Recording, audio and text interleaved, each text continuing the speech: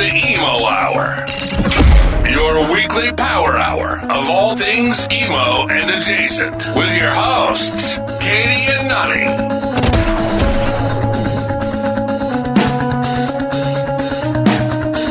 Hello and welcome to the Emo Hour. It's your hosts, Nani, and my good friend, Katie. Hi, Katie. Hi, Nani. How are you? I think I'm doing a little bit better than you today, but you know, we go back and forth on days where one is doing better than the other.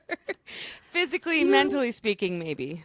Such is life, right? Yeah. Such is life. But yeah, I mean, I'm just tired, a little hungover, had too much fun last night. So Which actually, yeah, I should ask what's making you emo this week, because that's the perfect lead-in to what's probably making you emo this week. it is. So thank you. So as we've talked about, I'm on the board of Mountain Humane, which is our local animal shelter here in the Wood River Valley. It's located in Haley, Idaho. And last night was the big annual fundraiser called Paws Up. So just going to that event is what's making me emo and also what's made me tired and hungover today, because it was on a Sunday this year. So we're recording this on a Monday. It's been a rough Monday for me. We've all been But there. Paws Up, it's such an amazing event. It's held at the Mountain Humane campus, which is a beautiful space. And it was hot yesterday, but luckily there was some wind, which helped. They set up tents and they have great appetizers, great cocktails, great wine, and then it's a dinner and a silent auction and live auction, just really great event. They raise a lot of money. It's just amazing. It's amazing to see the generosity that comes out in our valley for all of the amazing nonprofits that we have here. And there are some truly incredible ones. But specifically, so they always have at least a story to highlight from the last year of a shelter animal, that Right. And that's always magical. There's videos that they play throughout the night. There's pictures, there's all kinds of things, but they always highlight at least one success story. Right. And they highlighted two last night. You're going to tell a story that I'm thinking of. Yeah, well, they highlighted two last night, which was pretty awesome. And both of those, it was two dogs. So one of them, the story I told you last night, one of them is a dog that came to the shelter as a stray last spring. And the shelter kind of rehabbed him, got him healthy, got him, the medical care he needed, all the stuff. And then he was ultimately adopted by the Garden City Police Department and is now a drug detection dog. And that alone is a pretty incredible thing. Yeah, to go from I guess an abandoned animal to now being in a full service animal. Yeah, so that dog was there. The dog's name was Mater, which is cute. And there was Mater? Police officer that was there, his handler. So he's got, a handler, he's got a family and a job. And this was, of course, planned out, but I had no idea that this was going to happen. Somebody was like, do a demo. And then the joke started of oh, who's got drugs on him, And the cop brought the dog out and kind of circled around to the back of where the tables were. And the dog alerted near I think it was a big potted plant. The dog alerted, and then the cop pulls out this gallon-sized Ziploc bag of marijuana. It was I don't know, a third full probably, but that's God. a good amount of marijuana. And it was just how long is that just we found the drugs sitting there? And then he got his toy. The dog got the toy as a reward for Oh my God. correctly alerting. But I just did not expect that at all. And I looked at my table and I was like, this has never happened before. That's so funny. I wonder if there was anybody, and I'm sure there were people in the audience that had a moment of oh no. Yeah. Yeah. And then So so that was pretty awesome. And then they highlighted another success story, which is another dog named Eric that I think came to the shelter as a stray and has since been adopted and is on the cover of a magazine, and I don't remember which magazine now. I'm sorry, I should have looked that up, but for his like agility, he's like a champion agility dog now. It's just Wow. like that's so incredible, just that these animals like give these second chances, and the work that Mountain Humane does to like rehabilitate these dogs who come to them, and they have Mountain Humane knows nothing about them Right. most of the time and just has to like figure it out. So the whole thing was just very emotional. Then there's some great stories too about like the vet clinic and some dogs that they were able to save with emergency surgeries. And it just very like tears throughout the evening and feeling inspired and like appreciative of all the work that's done and seeing like the generosity come through. It's just a pretty magical thing. I love that. I know how near and dear it is to your heart, and you're a mother of two adopted dogs. One has left the earth, but memories still remain. And then, of course, little Dal Dal, who we love so much, just the Yeah. sweetest little pup. Yeah. So you and Miranda Lambert just doing God's work. Let me say. Yep, exactly.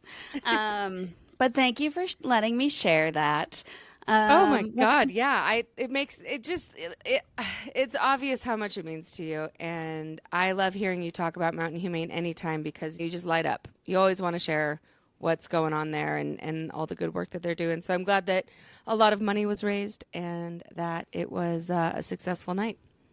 Yeah, and met some new people too, like which is always great. Just members of the community. It's a good opportunity to mingle. I probably should do more mingling, to be honest, since I'm on the board, but it's kind of a hard thing to do also. Thank God they didn't find that gallon bag of weed at your table. Can you imagine? Just alerts right next to me, like, oh yeah. Yeah. Oops. Ooh, sorry, me and this bag of weed that I just in my cocktail purse. But it was just so unexpected for me. Oh my God. And What I a thought it was a hilarious demo. joke when they were like, demo. And I was like, oh, that's funny. And then they did. So it was great.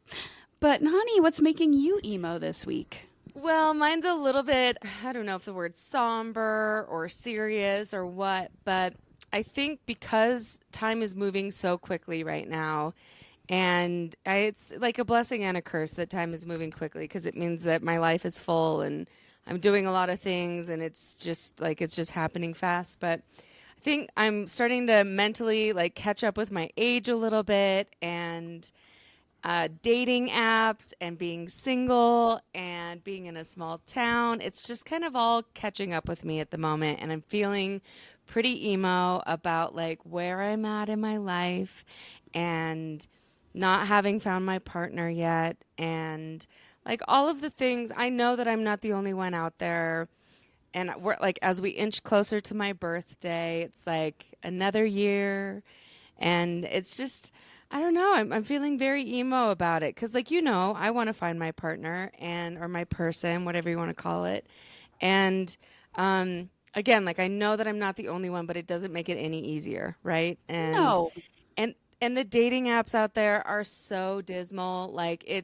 The problem is that it's just too much. It's overwhelming. Like, there might be a bunch of amazing people, but how do you even sort through all of it? Like, the quantity of messages, how do you actually like get back to people? It's overwhelming. It's all very overwhelming. So Yeah.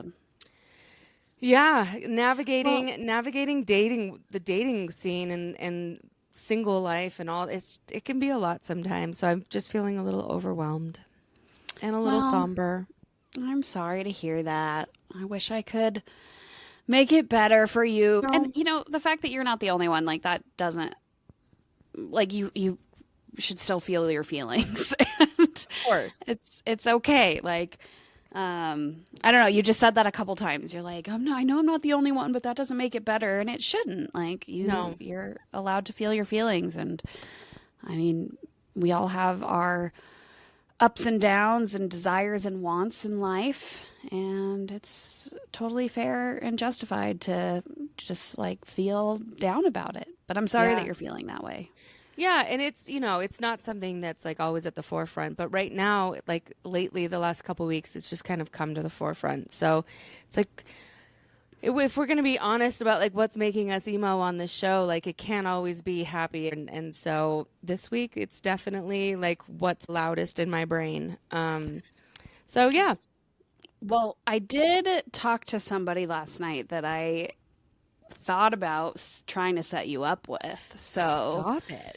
we can talk about that offline. Well, that's fun. So that was a thought that I had, but Oh my God. Wing woman. I mean, and like, I think part of it too is like there's been a lot of people who have kind of come into my life lately that like, it's like they, you know, in theory, they could be a really good possibility, but like, it's just not right.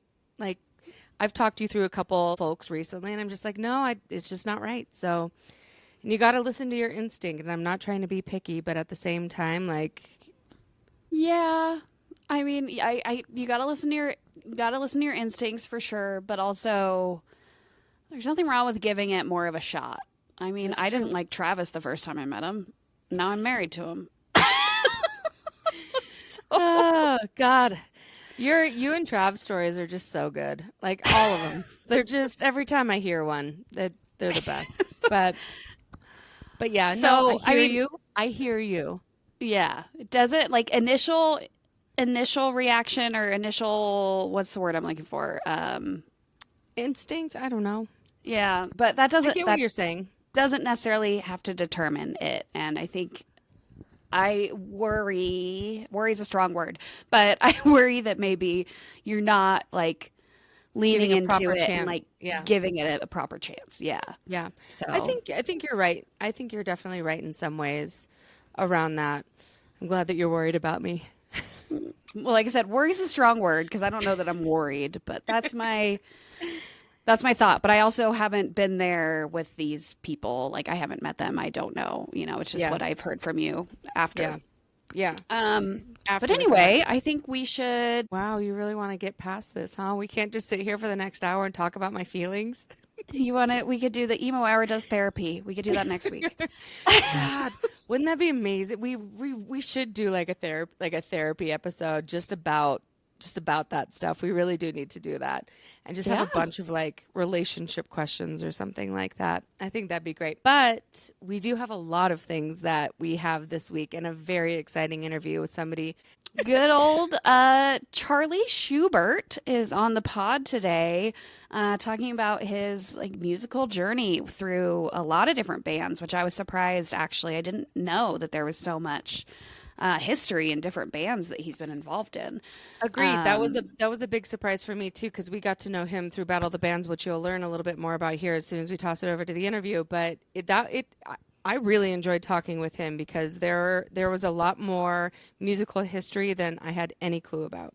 Yeah, absolutely. And you can just feel the passion that he has for it. And I think that that's great. And it's just fun to talk to people who have like a spark and who just love what he does. So Yeah. his current project is called Moonshine Schubert, which is started out as a one-man band. Now it's kind of like a collective of different people. So you'll hear all about that. And I hope you enjoy this interview with Moonshine Schubert. Today, we're diving into the sonic journey of Charlie Schubert, veteran vocalist, songwriter, and frontman whose musical path has spanned genres, geographies, and decades. Originally hailing from the East Coast, Charlie cut his teeth in the Denver music scene with Tattooed Strings, a hard-hitting band active from 2012 to 2018. Blending rock and hip-hop influences, they made their mark opening at iconic venues like the Fillmore Auditorium and major festivals like High Elevation Music Festival at Fiddler's Green. After a final show at the Gothic Theater in May 2018, Charlie shifted gears, experimenting with funk, hip-hop, and alt-rock before forming Moonshine Schubert in 2019. Now based in Sun Valley, Idaho, the group fuses alternative rock, reggae, folk, and hip-hop into emotionally charged, story-driven music. So pour yourself a glass of moonshine and join us for a genre-crossing odyssey with Charlie Schubert. He's here, and he's got stories to tell. So welcome, Charlie. Welcome. Hello, ladies. How's it going? Thank you for joining us today. Thank you for having me. This Yes, is very of exciting. course. I am so excited that we're sitting down and talking with you. Yay. Yeah, I guess I would like to start with just talking about, we've seen you perform poolside at Zenergy many times and other performances, but really what sticks out in my mind with us seeing you perform was at the Battle of the Bands last year.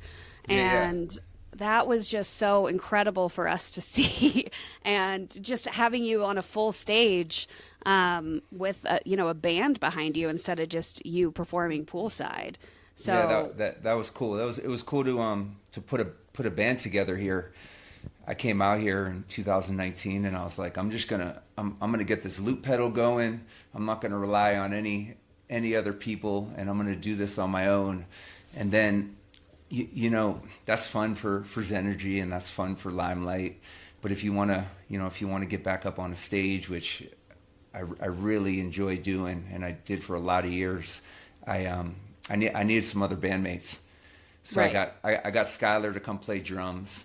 And he's still playing with me, and he plays a bunch around the valley. He lives up in Stanley. And then Tyler Cars was on keys, and he's been playing with me a bunch. He's played with me at Zenergy and Limelight and all those shows.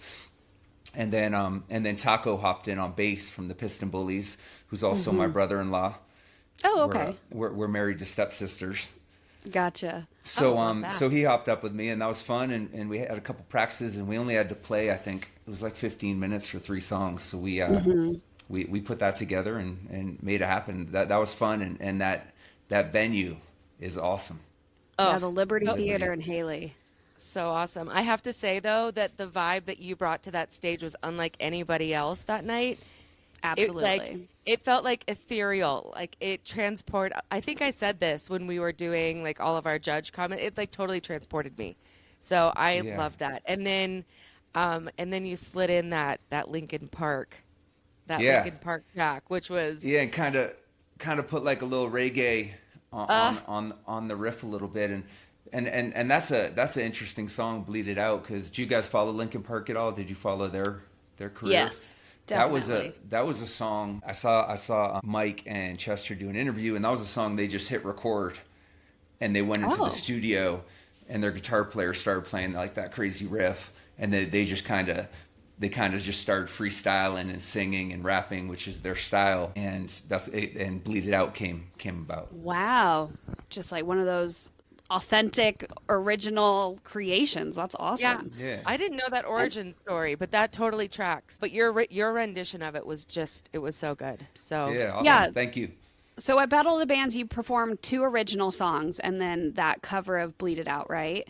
Yep. And I just remember when you were playing Bleed It Out, it took me a minute because I was like, I know this song, and I looked at Nani, and I was like, who is this? And she's like, it's Linkin Park. And I was like, oh my God, that's amazing.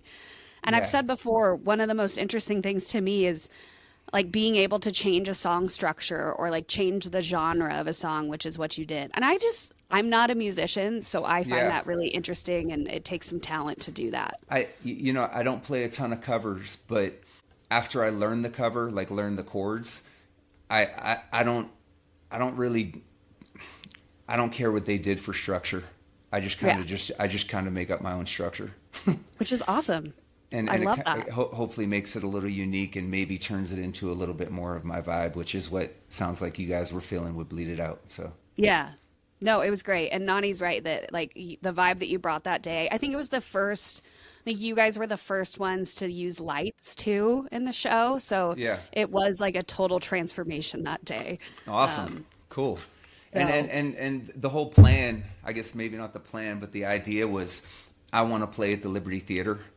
So I'm going to go do this Battle of the Bands so they can hear me. They can hear what I do.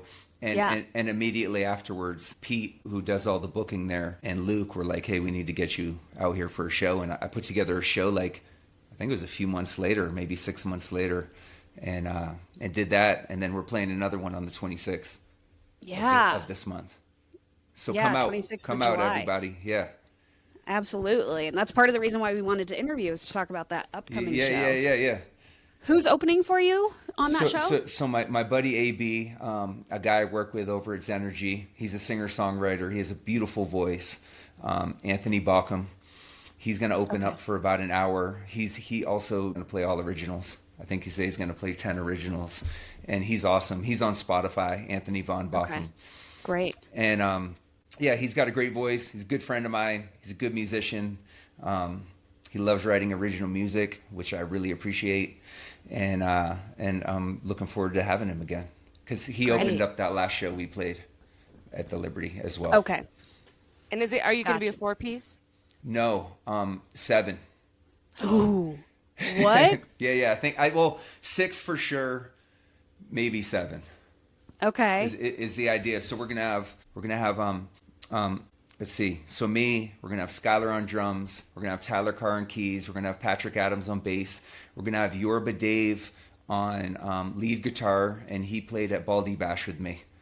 And he's got a band around here called Yorba Dave and the Travelers. He's like back and forth from Cali, and he really brings a nice reggae vibe to Moonshine Schubert. And then do you guys know Hannah Nye? Have you all met Hannah? Hannah's singing with me now. Okay. She's coming in on courses, and we're actually we can talk about more about this, but we're about to release a single that's featuring her. Oh, It's awesome. called Maroon Skies. And then there's a new DJ in town. He's working for Sun Valley, DJ Ontic. So I'm trying to like bring in some like scratching like on the tables, kind of bring it back to like Incubus or hell yeah. or Linkin Park does it. And definitely an influence. And we're trying to figure it all out. But it's hard to get 7 people together. So we're working on it. I think you should have, the listeners should have seen our faces when you said 7 people. Yeah. Just like, oh my what? God. I'm so Let's go. excited. I'm so excited. This sounds incredible. And then I have like I'm putting together like a 15-song set, and it'll be all the songs on Spotify. I have 5 songs, and I think on the 20, we're gonna release Maroon Skies on either the 23rd or the 24th, so a couple days before that Liberty show on the 26th. Okay. Sweet. That's awesome. And Hannah is the lead singer of that band Side Hustle that performed at Battle of the Bands, and she's got an incredible voice. Incredible voice. So we got her in my studio. I have a producer I work with in Denver, Trevor Hooster. I've been working with him since probably 2008. I've probably recorded 50 songs with him. And wow. I recorded, laid everything down, laid down guitar. He also plays a bunch of instruments. So he laid down everything else. And then we got Hannah to come over, and she has a crazy range. She sang the chorus and the bridge for Maroon Skies, and she sang while I'm flowing, rapping. She is singing backing vocals, and she sang in 4 different octaves, and it's her vocals are like crazy all over the place. So Trevor kind of brought them all together, and I'm really looking forward to everyone hearing it. Yeah, I'm so excited to hear that too. Yeah. I know that I'm here that weekend, and I'm so excited. We gotta go. We gotta go. Yay. Oh yeah, we'll be there. Yeah. We'll be there for sure. Awesome. Thank you. We did kind of jump the gun a little bit, though. I think we should back up and kind of go back to Tattooed Strings, which it was my fault to jump the gun. I just had to talk about Battle of the Bands.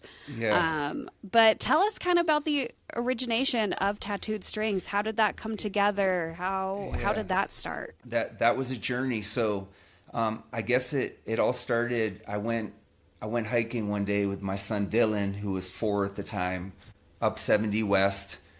And we got home, and I wrote a song called Flowing River.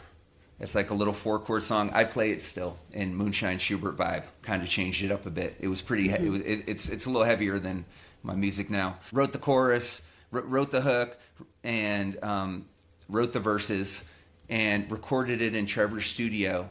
And then I was at the gym in Denver one day, and I met a vocalist, a singer, and his name was Michael. And I brought him into the studio, and he sang over my chorus in like this Axl Rose vibe. So we had this song, and then KBPI, which is the biggest rock radio station in Colorado. It's out of Denver. Like Willie B is the big name on there. And we sent it in, and 180 bands from Denver sent in songs. And they started to listen to it, and Willie said he stopped it because he was blown away by how unique it was and the storytelling. And they ended up picking it as the #1 song to get into their Battle of the Bands. And this was just the beginning. So we ended up getting into this Battle of the Bands, but Michael and I didn't have a band. So we put together a band. We picked up a bass player, a lead guitar player, and a drummer. We did this battle of the bands. The 180 bands got knocked down to 3 after I feel like 4 months. And it was us and 2 other bands, and we ended up coming in second. But then Willie B called us and said, "You guys didn't win, but we're going to do something even better for you. We're going to put Flowing River on the radio, and it's going to be in regular rotation." So that kind of got us, got everything going with Tattooed Strings, and then we just started playing shows, and it turned into like bigger and bigger shows. We played some shows with 3 Days Grace, which was really cool.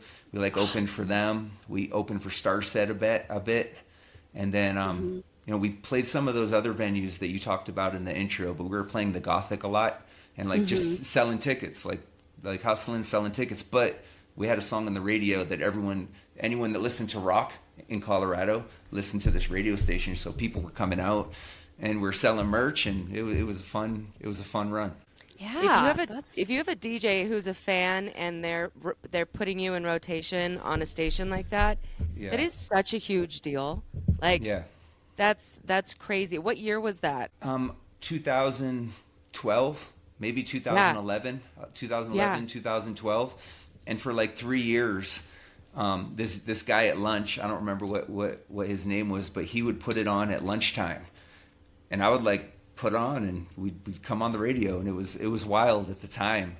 And he's like, "This is my new favorite, band out of Colorado, blah blah blah." And it's a story about me taking my son hiking up 70 West, like in Colorado. Is that song still on Spotify? Yeah, it's on Tattooed Strings Spotify. Okay. At that time frame, also radio reigns supreme, but I will say that's where bands are broken, that's where hits are made, and that still is the case. That is such a huge feat. How cool is that? It was fun. Oh, definitely. Man. And were you the primary songwriter for Tattooed Strings, or was there some collaboration with songwriting? Yeah, I think initially I was, because we took a bunch of songs from a solo album. I put out a solo album in 2011 called Charles Peter. My middle name's Peter. It's Charles Peter, America's Son, and it had America's Son was the track on it, but Flowing River was on there, but it didn't have Michael singing over me on the chorus. And when you listen to that song, you're gonna hear the chorus just really hit with Michael's vocals, but then it's got my rapping for the verses, and then I guess we harmonized a bit on the choruses, but I mean it was wild, and then we took a bunch of those songs from that solo album and turned them into Tattooed String songs, and then we started writing songs together. We have a song on there called Delayed that also got on the radio station a bit, and if you go on that Spotify, you'll see it on there. And I did not write that riff, that guitar riff. It's really really cool. It's beyond my guitar playing. I'm a rhythm guitar player. I would never claim to be anything else. Well, no, that's, again, I'm not a musician, so anybody that can play an instrument, kudos to you. Write rhythm and write lyrics, and that's kind of been my thing. But tell us more about that. When did you start playing guitar? When did you start singing? When did you start writing songs? Was it all at the same time, or I think I didn't. Music wasn't really a thing in my family. It was more sports, you know. And I played sports in high school, and then I went on and played college football. And I think I played at a small school in New Hampshire. And what position did you play? I was a wide receiver and a punt returner. Okay, cool. And I think I was the dude after parties, at parties, that was in the back freestyling, rapping. I can picture that. I wasn't singing. I wasn't singing too much, but I was freestyling, and we just kind of go around the circle, and I got into music, doing that. And then I moved to, after college, I drove to Crested Butte, Colorado. It was 36 hours from where I lived in New Hampshire.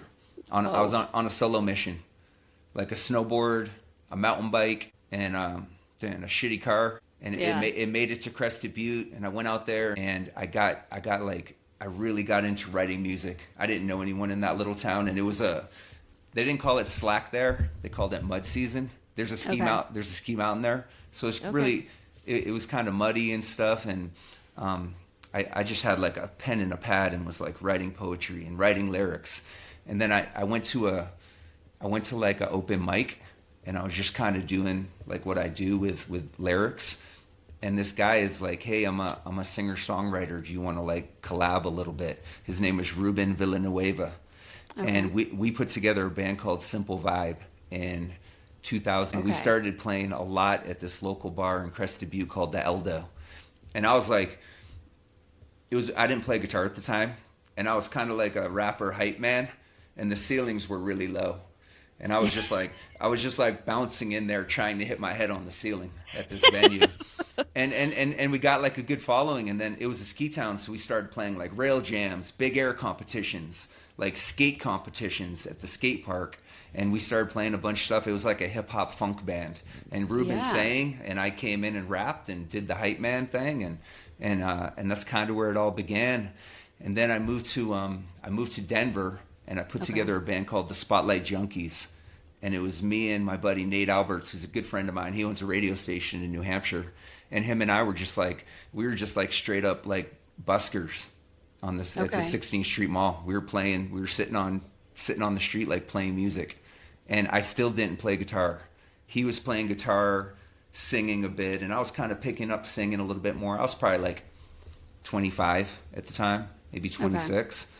And then after that, I slowly picked up a guitar just so I could start playing music on my own, not relying on other people.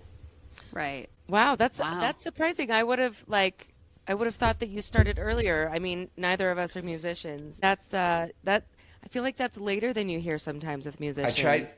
I took guitar in college, and I'm lefty with a lot of things. So I borrowed a lefty guitar from this basketball player, and I could not play it.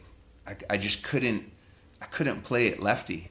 I didn't try righty, and I put it down. And at that time, I was probably like 19, and I wish I'd started. So I was probably in my mid to late 20s when I started like slowly playing rhythm guitar. And so do you play a lefty guitar, or do you play right-handed? No. So all I needed was righty guitar, because I slowly picked up a righty guitar, and I was like, I was playing the wrong guitar. I was playing it the wrong way. Well, you figured it out. I figured it out. So is that two bands before Tattooed Strings then? Yeah, Spotlight Junkies. I had a little like a hip hop project out of. I met this dude in Crested Butte that like he was kind of living in Chicago, but his aunt lived in Crested Butte, and him and I were like a hip hop little project called Ill Measures. Okay. And so we were doing that, and we recorded. These are all great band names, by the way. Good work. We recorded a lot of like hip hop songs. He was making beats, and him and I were rapping over them. That was my buddy Eli, who I've lost touch with a bit, but I had lots of love for. And and actually went to Chicago. He moved back to Chicago. I went out to Chicago to the West Side, and him and I recorded like a whole album in the studio. Drove home. My buddy Nate came out and like played some guitar licks on it. And then that's kind of I went to Denver, and that's where Tattooed Strings kind of really picked up. Okay, so. I mean, it sounds like you played a lot of really cool shows with Tattooed Strings, and we talked about the festival that you played. Yeah. And who were some of the other bands that were playing at that festival? You were telling us that before we started recording. So KBPI, that was their festival. They put us on it, and there were some awesome bands, and it was like some of the bands were a bit hard. It was like Five Finger Death Punch, Korn, which was awesome, Stone Sour.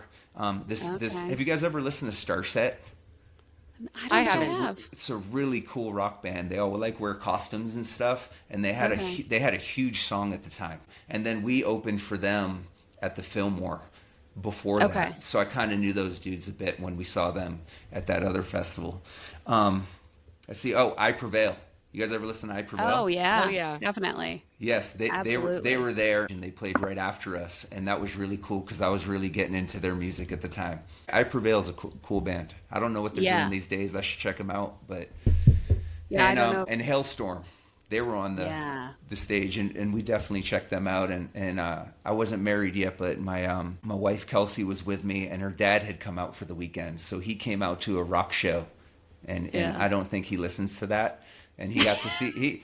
I think that was one of the first times that I met him. So it was actually a good introduction. It was a good introduction. He's like, I don't really listen to your kind of music, Charlie, but I really like what you did up there. That was really cool. Good. And there was a big my crowd. My daughter's dating a rock star. Yeah. It was it was an introduction. I tell this story a lot, but I got him a VIP pass, him and Kelsey, and we went back to this tent, and a lot of the bands were back there, and he walked up to the bar and he ordered a quadruple rum. What? Wait, what? I guess he didn't want to walk back and forth, and then the dude's like, yeah. The bartender's like, a quadruple, and he's like, yeah. I'll so take like a full glass of rum, just a full glass of rum, and I guess he just sipped on it. He's a really good friend of mine. I just talked to him, and man, we have a whole bunch of boys now since that time. We have three boys since then. I had one at the time, so we have 3 more boys. So now we have 4. Yeah, I mean, we should. Good for you for continuing with the music passion projects with 4 kids, because that's a lot of work. It's hard. It's really hard for me to not do it. Like, I don't know. Yeah, I love that. I can't not like pick up my guitar. Yeah. Well, it's such a great thing. We've talked about this before on the podcast about just introducing kids to music at such a young age is so important. And I know you post videos of you playing music probably out in your yard with your little boys like right next to you, and like that's so important to do. So I love that you're doing that. My son Jude, who's going to be 5 here in a couple months, he picks up a guitar and he makes up songs. Good. He like sings and raps and like plays the guitar, and it's like he gets really like, you can tell he's really like getting into it. So I think there's some musicians down the line here, which I'm stoked about. So gotta start young. Yeah, let's get a drummer in the family. Yeah, oh my God, you're gonna have a family band before we know it. You kind of already do have a family band. Yeah. See, in 10 years, maybe. Talk my wife into getting a drum kit in my studio. We'll see. Fingers crossed. We'll see. Oh boy, you might have to get one of those silent electric pads. You know what I'm saying? Yeah. maybe if you can build a studio that's like separate from the house, maybe that would be better. Oh man, that would be cool. Drums are so loud. So tell us a little bit about. You had your last performance with Tattooed Strings at the Gothic in 2018, and then you moved to Sun Valley shortly after that, right? Yeah. Well, in between Kelsey, and my son Dylan. Dylan was in 6th grade at the time. We actually moved back to New Hampshire for a year first. I had been gone for 18 years. Kelsey grew up here, Colorado. She went to college in California. Dylan was from Denver, and the weather's like beautiful there. Mm-hmm. So we're planning on spending more time there, and we ended up spending 13 months there. And Kelsey's like, let's move to Sun Valley, and I was like, all right, cool, let's do it. Had you been here before? Yeah, so we came here for a couple trips. I snowboarded here in Baldy, which it's an amazing mountain. I did that a couple times. We did like a New Year's Eve here and a Grumpy's Day the next day, which was crazy. That's a wild time. It was wild. Yeah. It hurt me.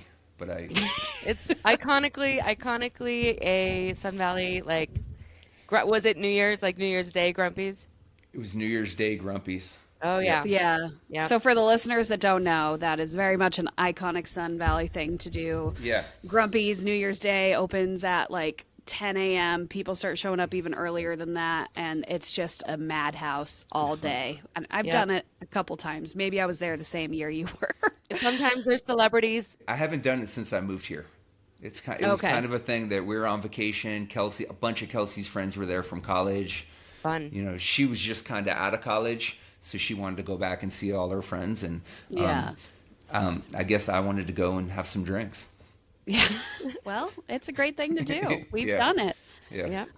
So how did Moonshine Schubert start forming after you moved here? Yeah, so I was playing music in New Hampshire a bit after Tattooed Strings had moved on from each other, and I definitely started like writing songs, and I got a loop pedal. I kind of put that together, figured that whole thing out, how to drop some beats into it with a little beatbox, or I had a cajon for a little bit that I was dropping into it, and then we moved here, and I just started like writing songs. I had a little studio. We've moved houses, but I had a little studio at my house in Warm Springs, and COVID hit, and I went in there every day. Yeah. Every day, I was either playing basketball with my son Dylan, or I was in the studio, starting to like write down music. And I wrote The Journey, and then I eventually wrote that song Unwind, the Idaho song that's on my Spotify. They just started coming out. And I think Moonshine Schubert was created. So, and it really started as a one-man band then, just you. Yep. Okay. I met Tyler. We live up here in Elkhorn. I either met him or his wife at the pool one day. He has a couple boys, Tyler Carr, who plays keys.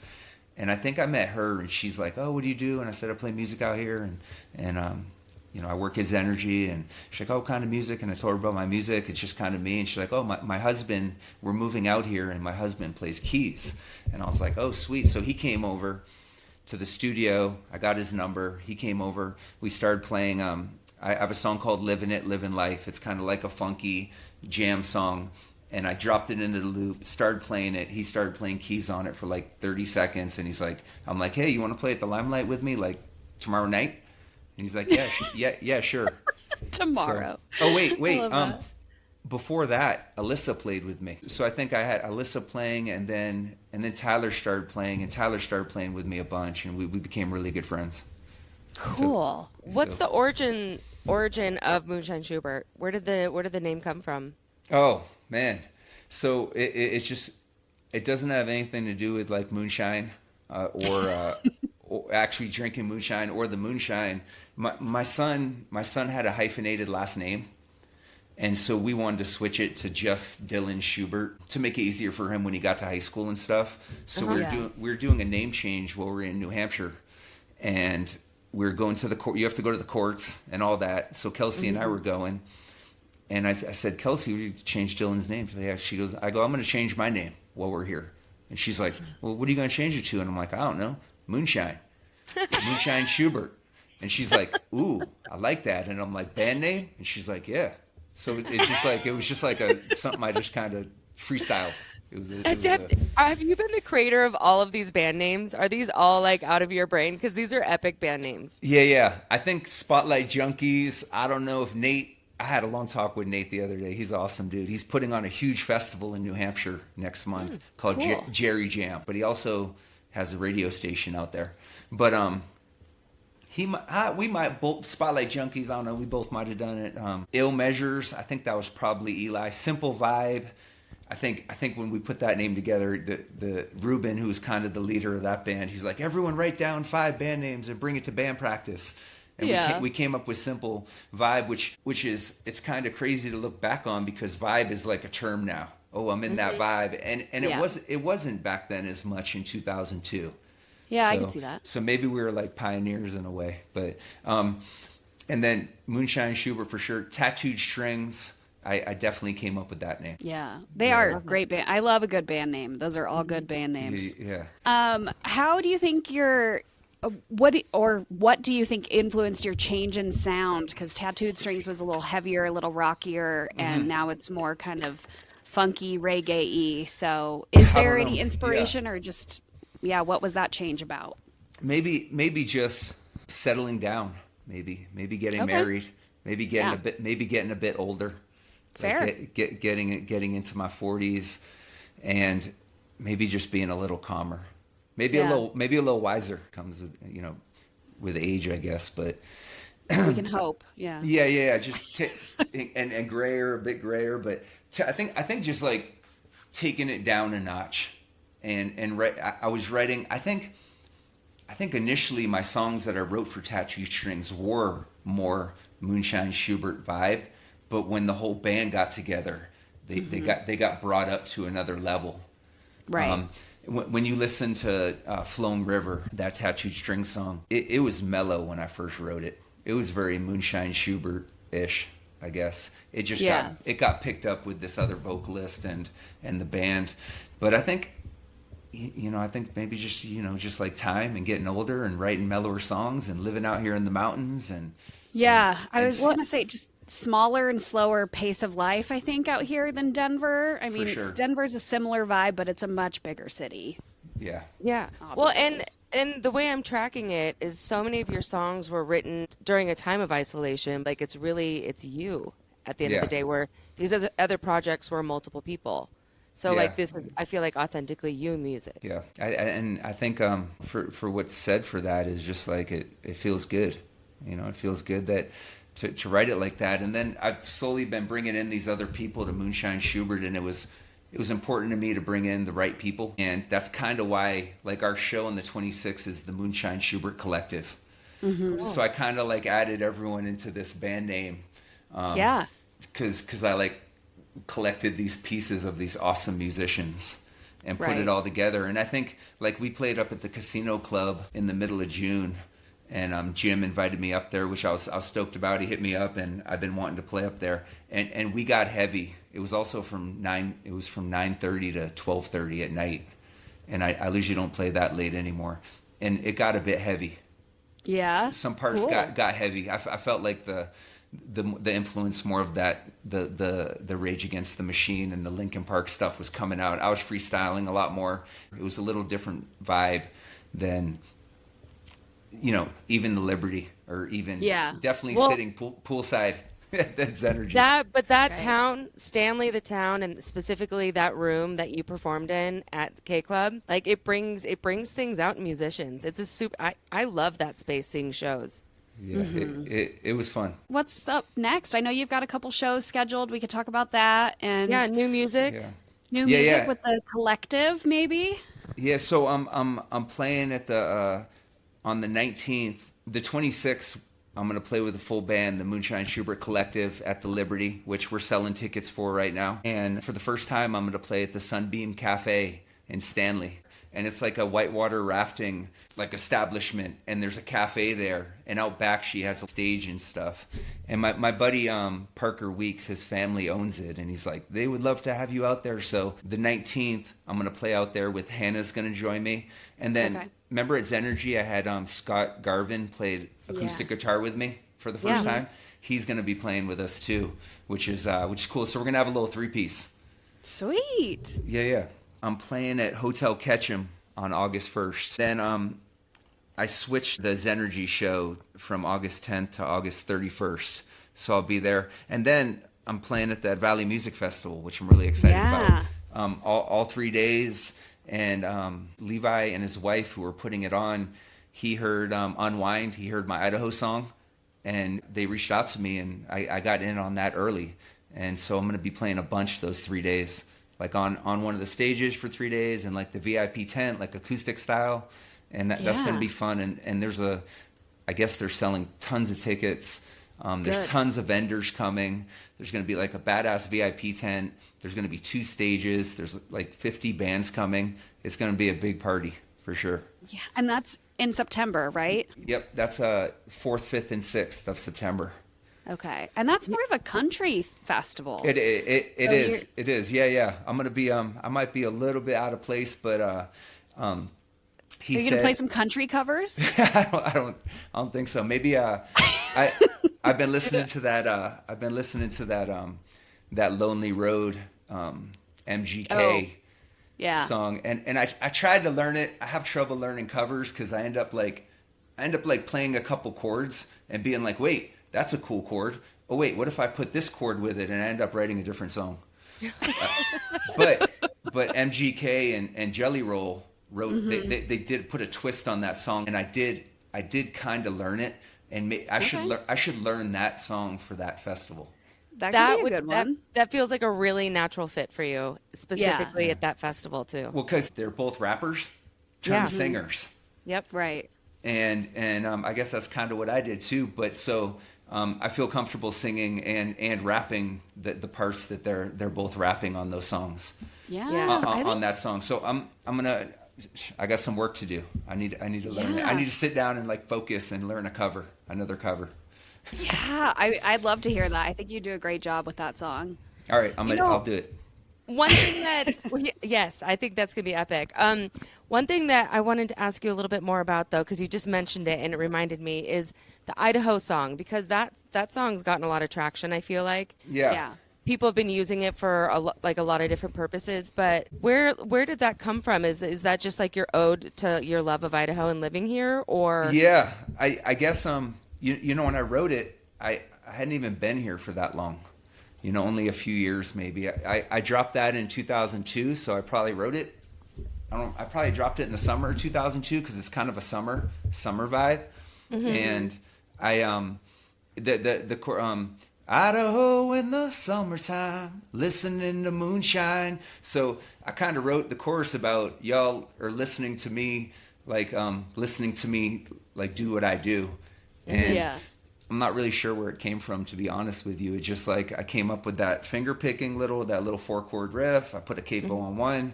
I made it a little I playing it at sharp, and it just came out. And I think it's the vibe that I guess I was feeling in the summertime here. Like, and at that time we only had Jude, so I was able to get out a lot more. You know, we have the other boys now, so we have our hands full. And I don't really like to say that because I don't feel like my hands are full. I absolutely love being a dad, but I think just it's a love for Idaho. I mean, Kelsey was born and raised here in the Valley, my wife, and all these boys are born and raised here except for Dylan. He you know, came in 7th grade, and I think it's my love for Idaho. I mean, how beautiful is it to drive up north to Stanley, to Redfish? Yeah.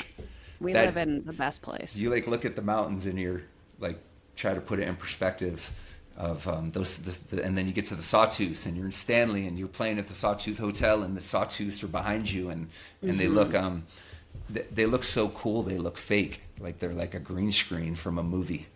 You're Truly, like, yeah, they're Isn't so that beautiful. So it's a summer jam, and it's definitely, I think, out of all the Moonshine Schubert songs, it's gotten the most love online and people wanting to hear it live. I just gotta, you know, do it justice live and sing it the best I can. Yeah. Your songs are so catchy too, because even as you started to sing it, I can sing the rest of the lyrics. Yay! So that's a special gift to be able to write a song that stays in people's heads. Yeah, thank you. Yeah. Absolutely. I have to ask one other question too, and that is, okay. so we talk about the fact that there's quite a few, or there's 2 very prominent members of Blink-182 who spend a lot of time in this valley. Yeah. And I'm curious if they've ever watched you perform, because where you perform, they you know, they frequent a lot. So have you ever looked out in the audience and seen 2 of the dudes from Blink before? No, I talk to Mark at the gym whenever he's in town. Right. He comes his energy a lot with his wife, and they work out with another trainer. And Mark is like an awesome dude. He's like, what's up, Charlie? Like across the gym. What's up, Charlie? And he's got his Blink-182 workout merch on. And you told me that last time, that he always wears Blink-182 shirts when he works out. Yeah, maybe not always, but I think he does a bunch. And he's like an awesome dude.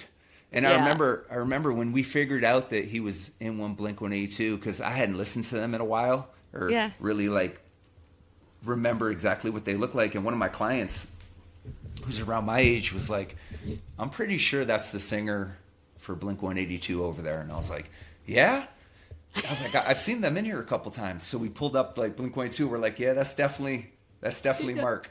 So I almost immediately went up to him. I was like, what's up, dude? And I was like, thank you for putting out like awesome, catchy, amazing songs forever. Yeah. And he was like, thank you. And I had my name tag on at work. He's like, thank you so much, Charlie. Like, thank you for saying that. That's so cool. And then I have asked him about some songs too that I went back and listened to and been like, yo, what's up with this song? And he's like, oh, I was like, at that time, I was skating a lot and I was smoking 2 packs a day. And we just like wrote it and got in the studio, and it just kept getting bigger. It was really cool. And he has this like awesome wife. She's like super cool. She's super amazing. She's super friendly. Yeah. And then, and then the other vocalist comes in too, but I haven't talked to him as much. Yeah. Well, what I was going to say is I feel like I feel like they would love your music. That's why I was asking. Yeah. I feel like they would totally be into Maybe it. So one of these maybe on days. the 31st. Or Maybe on the 31st of maybe August. I'll slip in my Spotify, slip in Yeah. that song and wine. I'm really looking forward to this song Maroon Skies coming out in like Yeah, me a week too. and a half, and it could be a song that I could slide over to him. It's got, with this other vocalist on it, with Hannah on it. It really like brings out the chorus. She has this she's like at a way better voice than me. It's very different, but it's like way better. And then I come in rapping on a couple verses, and I think it's like really beautiful. It's really I'm really excited about it. I can't wait to hear it. So maybe I'll slip that one to Mark. Yeah. Maybe I'll have his wife like, hey Sky, like check this song out, and then she'll be like, she's gonna have to give it to Mark, and then maybe they'll come out and check out a show. Right? Yeah. Yeah, what I was going to say is you lose 100% of the shots you don't take. So It's true, and I'm definitely like a really vocal person and put myself out there. So it's like that's something I should do. It's also like he's like working out at the gym, and there's a lot of actors that come through Ed's energy that I see, and they're doing their workout. They have their headphones on. I don't want. Yeah. You know who just put out a really awesome EP is Who? Tom Hanks' son. Just put out a Chet? country. Chet just put out a country EP, and it is awesome. He's singing country music. I didn't my know. I knew God. he had some rap stuff. I didn't know he did country stuff. Yeah, he had some rap stuff that I wouldn't like. I just checked it out once. I wasn't big fan of it, and he's like a big workout dude. Like when he comes in, he's working out. He's jacked. He's focused. He's been in a few. I've seen him a few times at the gym, and he just put out this country. Like 5 or 6 country songs, and they're all good.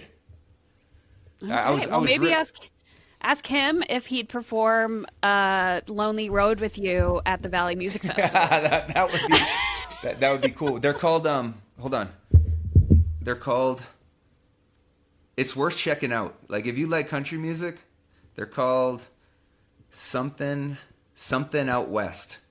Oh, cool. Something out west. Okay. Something. And that makes sense that he would be here. I just didn't know that Chet Hanks spent any time here, but that makes sense. They're called Something Out West. They both sing. These two guys both sing, and the other guy plays like guitar rhythm. And then they obviously, they brought in some people to the studio to play the other instruments. But the songs are catchy and they're good, and he's got a cool voice. Sweet. So yeah. Anyway. Well, do you want to promote your, Instagram, Spotify? Where can people find you? Yeah. Pretty much. Moonshine Schubert. Schubert is Schubert, and that's on Facebook, Instagram, Spotify, and Apple Music, and all the places you can check out music. Maroon Skies is going to be out like the 23rd or the 24th. Going to be dropping right before we play at the Liberty on the 26th. In Haley, Idaho, and I love that venue. I love the color maroon. Yeah, like I have maroon. I have a lot of maroon on me, and it's maroon like velvet walls. Yeah, that place is dope. It's really cool. It's a so true cool. music venue, and it's good to get back on stage in that type of venue. That's gonna be so good. We I will can't be wait. there. Yep. I'm so excited. Cool. So excited for the new song and to hear it at that show too. Thank you so much for joining us today on the Emo Hour. Thank you guys so much. Yeah, and we'll post all your stuff in the description, but stay tuned for more from Moonshine Schubert. Yeah, Yay. it's been fun to hear about your journey. It's a very musically oriented journey of a lot of years and a lot of different acts, and it's cool to see where you're at now. It's crazy, when you get pulled in different directions and a few different genres, and you just you roll with it and put your heart into it, and it's like, let's record it, and you end up with a whole bunch of stuff recorded. It's fun. That was really fun. I really enjoyed talking with him and learning more about his musical journey and all of his different bands and some of the successes that he's had. And I just have to say that after we stopped filming that, it was 11:11 and he called it out. So He did, which was incredible. Yeah, we were still chatting. We had just finished the interview. You apparently texted me that it was 11:11 before he said it, which I didn't know that you texted me before he said it. And then he said, oh, look, it's 11:11. And you and I just like busted up laughing because I was like, you have no idea what you just did, Charlie. He said something. He's like, that's a powerful number. That's a powerful whatever. And I was like, it is. And I keep seeing it everywhere, Charlie. Everywhere. I'm seeing ones. Oh, you are. No, that's great. That's what I'm I love telling it. you. You know what I have to say? The ones and the 11s and all of this stuff, I think it's manifesting maybe my person. We'll see. Yeah. Maybe there that you could be it. Because I did read, I can't remember if I read like the full ChatGPT thing that they told me, but like a decent chunk of it. I think on last week was it. But yeah, I don't know. It does signal a lot of beginnings, but I digress. Well, so let's get into our emo lyric of the day if you're cool with it. Are you cool with it? Yeah. Yeah. Why don't you go first? Okay, so because he did that, he meaning Moonshine Schubert, aka Charlie Schubert, because he did that cover of Linkin Park, I decided that it was only fitting that I went with a Linkin Park song. I didn't go for the exact song that they did, because they did Bleed It Out, right? Yes. I have two lyrics. I told you this at the beginning of the episode, that I have two lyrics that I've been toying between. And I don't know which one to do, but I'm just going to go with this one. So it's from Breaking the Habit, which we all know and love. Classic. But the lyric is, I don't know what's worth fighting for or why I have to scream. That's it? That's it. Okay. Say it one more time. I don't know what's worth fighting for or why I have to scream. Okay. Can you read the next line? Just because I'm curious. Oh, I can't think of it. Hold on, sorry. Oh, Sorry, okay. sorry. No, it's fine. I just couldn't think of what the next line is. I mean, gotta love Linkin Park, and I purposely just went really short with it. Okay. I don't know why I instigate and say what I don't mean. okay. I think it sounds like Breaking the Habit. I've never really thought about what that song means, but based on what you just read, I think it's more of like breaking the habit of being like a toxic person Or in a toxic relationship. Yeah, like fighting about things you shouldn't fight about. I'll do it one more time. I don't know what's worth fighting for or why I have to scream. I don't know why I instigate and say what I don't mean. Yeah. Yeah. Somebody's just like, I suck, and I realize that. Do you want to know what my other song was? Sure. I wonder which one you're going to like better. This one is from Waiting for the End, and it's the hardest part of ending is starting again. Ooh, I like that one better. I know. Now that I read it out loud, I kind of feel the same way. But I only get one lyric, and the first lyric was my lyric. What about you? What was your emo lyric of the day? You ruined it. You can't do the other one ever again now. You ruined it. You ruined it. I don't know what's worth fighting for or why I have to scream. Now I know why I need to scream because you told me I ruined it. Because I'm mean. I chose Yellowcard's new song, Better Days. Oh, that's such a good song. Because it is a great song, and we've talked about it already on the pod, I think on our last news one, but I was like, this song deserves like a bigger highlight because it's a great song. So the lyric that I chose is a little bit longer. You kept it short. I went a little bit longer today. Ooh, who are we? It's, you liked the darkness, so you ran from better days. Got so good at being down. You're kind of heartless, so you run from better days. Are you happy now? Wait, read that one more time. Sorry, I paused in the middle. You like the darkness, so you ran from better days. Got so good at being down. You're kind of heartless, so you run from better days. Are you happy now? Damn. Yeah, that's calling somebody out on their bullshit. Yeah, and then what I also love about the song is at the end, it says, no, it's not too late to change everything you want to change. I hope one day you say you don't want to run from better days. I mean, uplifting, positive. Yeah. Yeah. Well, because I couldn't choose my lyric and I read two and I feel like I fumbled on my choice. You're going to win this emo lyric of the day because it's also Thank just you a so really good, much. it's a great song and a great lyric. And I love that they've come back with a modern day bop that feels like it could have fit in back in like 2007, and here we are in 2025. Yeah, definitely. So yeah. Well, good anything one. else that we should talk about today, or are we it? Because I know you're still not doing great, but you made it through this episode, so I'm proud of you. As you yawn. Yeah, well, as you yawn. the interview, you were not feeling great during the interview, and I'm not feeling great Nobody needs right to now. know that. Nobody needs to know that about Well, me. we called me out, so might as well call That's you fair. out too. I was noticeably quiet in the interview, so there's that. I think it was great. So thank you for listening. Tune in next week. Follow us on Instagram and TikTok at the Emo Hour. And what else? I don't know. Happy Hump Day. I hope you have a great week. I feel like I've been shot out of a cannon today. I feel great. So, when you go low, I go high. When I go low, you go high. That's what friendship's all about. Okay. Okay, Michelle Obama. Hey, guess what? I'm feeling positive. I started this off feeling pretty emo, and now I'm feeling pretty positive about what's ahead. For better days.